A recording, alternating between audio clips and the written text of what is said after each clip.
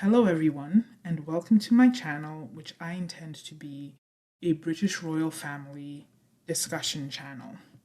This is my first video on the channel, so bear with me. There will be a lot of imperfections, and I might ramble off topic. I've got this little list, hopefully that will keep me on topic, but this will be a work in progress.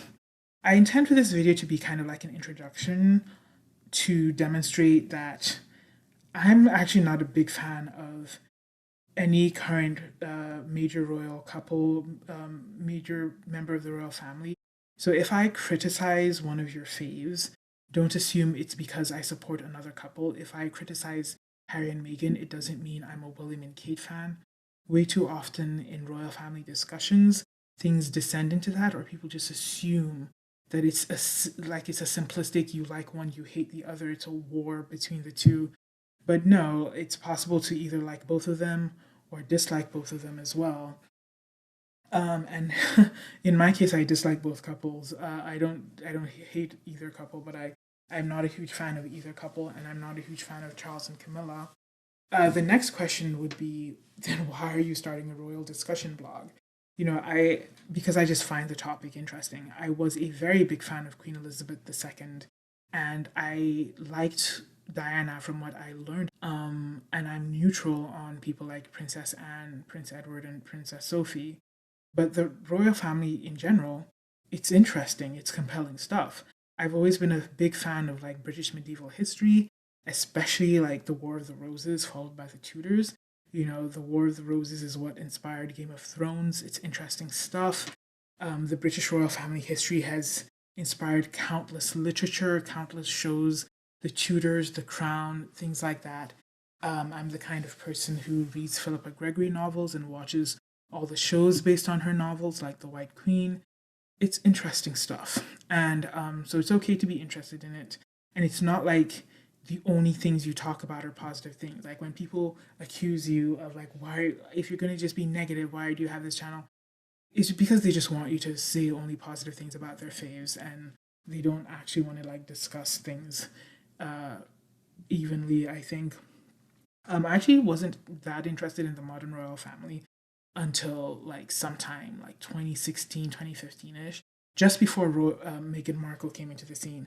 I was just like browsing through YouTube and I came across a clip of Princess Diana, and I thought, oh my goodness, this is the most depressed person I have ever seen in my life. She was just the picture of clinical depression, and I was struck because I had always held this image of her as like a glamorous Barbie doll princess.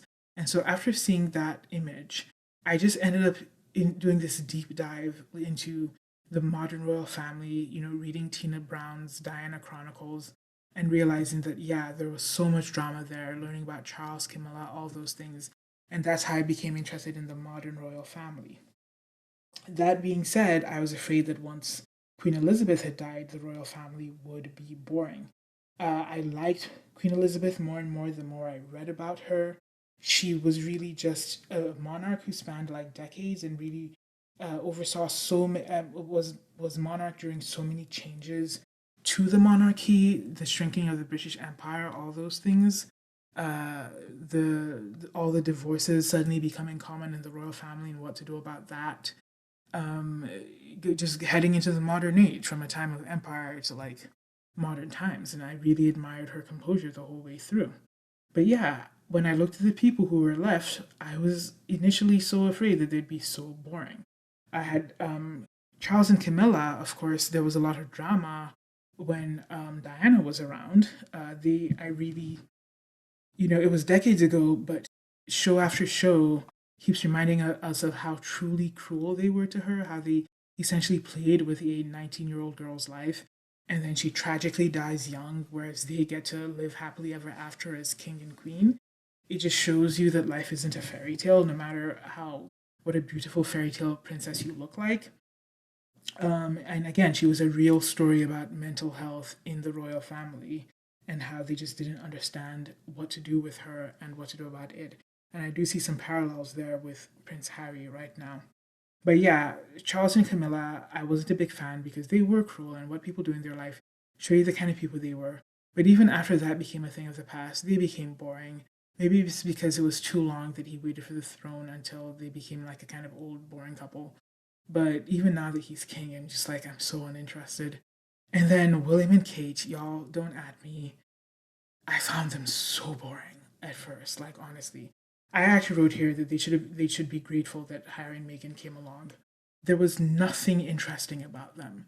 Anytime I would see Kate Middleton on a magazine cover, I would wonder like why? Like how what is anyone supposed to be interested in? You know, the people I saw were interested in like the things she wore or something. And at best, that was it. Like, it was just people in general fascinated by royalty for the sake of royalty who are like, look at what she's wearing. Oh, here she is at this glamorous engagement. But there was nothing about her to admire. You know, she really was a person who had no career and no life except being Prince William's girlfriend until she got married. Now, people like Tina Brown in her book The Palace Papers will make it sound like this should be something you admire her for because she got what she wanted in the end. Tina Brown almost makes it sound heroic that Kate Middleton's mother, especially Carol Middleton, basically plotted to get her child on the throne and plotted to get her daughters married into the upper echelons of society and succeeded. The family literally used to like call the palace to like make sure some event the family was planning or going to was all right and wouldn't jeopardize her relationship with William. Like, they based even their family activities around making sure Kate's relationship with William stayed safe. And Tina Brown really just argues that because they succeeded in the end, it was admirable how they plotted for the throne. And I'm like, okay. But again, in terms of career things, blah, blah, blah, there was nothing. You know, now she does do photography, which is nice. She had no career, no life except being William's girlfriend. Let's just be blunt. So I used to think they were so boring. But when Harry and Meghan came along and created all this drama, William and Kate's boringness began to look like stability. I initially felt that they were worried. I feel certain that they were worried that they would be upstaged. Like, I do feel over time they did realize that Harry and Meghan were becoming increasingly unpopular and kind of digging their own graves.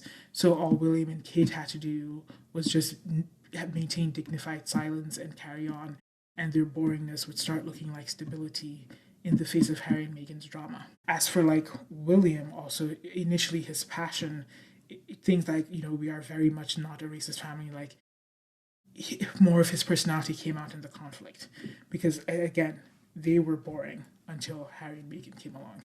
So I'm not the biggest fan of them either, but I do understand that they now look more stable. As for Harry and Meghan, I wrote here just disappointing. She was so refreshing. It was so refreshing. She was a refreshing addition to the royal family. When even today when I look at her, like, she's so different looking from anything that was in the royal family that it was so refreshing to see. My absolute favorite royal family picture is Queen Elizabeth II and Doria holding Archie when Archie was first born. And it was just so beautiful that this is what the royal family looked like now, that this was their extended family, these were their relations now. And on one hand, I felt like Harry and Meghan ruined it, but on the other hand, I don't know what they could have done. What I thought was happening was they left because they didn't want to be in Kate and William's shadow. And if they stayed being managed by the same team in the firm, that is what would have happened. I firmly believe everyone was worried they would overshadow them. That they either wanted Fab Four or they want, you know, so that William and Kate could share in the vibes. But they didn't want Harry and Meghan overshadowing the main couple. And I believe they left because they felt that they could, that they were more interesting, they had more charisma than the main couple. The minute they moved to Commonwealth country, I argued with their fans that they did that because they wanted to live in a place where their royal status would still be recognized and they could keep doing royal things, royal engagements. Even the letter they first wrote by themselves before consulting the Queen about wanting to kind of go off on their own still said they wanted to keep doing royal duties. They just also wanted to like live somewhere else and like make their own money. They still wanted the royal tours. they moved to a Commonwealth country because they still wanted their royal status recognized. When they first moved to Canada, before the Sussex Summit went on with the Queen, they pretty much touched down, and Meghan started to do the same kind of royal engagements that she had been doing in London. She started doing them in Canada. It was the Queen that then said, "You can't have your cake and eat it," and then did the no HRH, no royal official royal duties. You can't be half in and half out. The minute the Queen did that, all those royal engagements Meghan had been doing in Canada stopped, and once COVID and everything settled down, they packed up and they moved to the United States, because the only reason they were in Canada was because they wanted a Commonwealth country. They admitted it in their Oprah interview. They didn't want to leave the royal life behind. And I'm going to argue this later, their deep obsession with titles, which frankly they kept denying they had, and that they kept denying they cared about titles, and then just kept acting obsessed with it, to me proved they still wanted all the royal stuff. So my opinion of them fell apart during Megxit, and especially the Oprah interview. And I feel like it would have been so much more magical if they had stayed in the fold, and that they risk becoming B-list if they don't find a way to make it back. It's clear from his most recent BBC interview that Prince Harry does want reconciliation. I think he does want back in the fold. You can try to glamorize the Montecito mansion all you want. The A-list they want to be, the kind of A-list stars they want to associate with or see themselves amongst, if they're not authentically in the royal fold, they risk the kind of irrelevance that Edward and Wallace fell into. I'm sorry, they have to try to go back.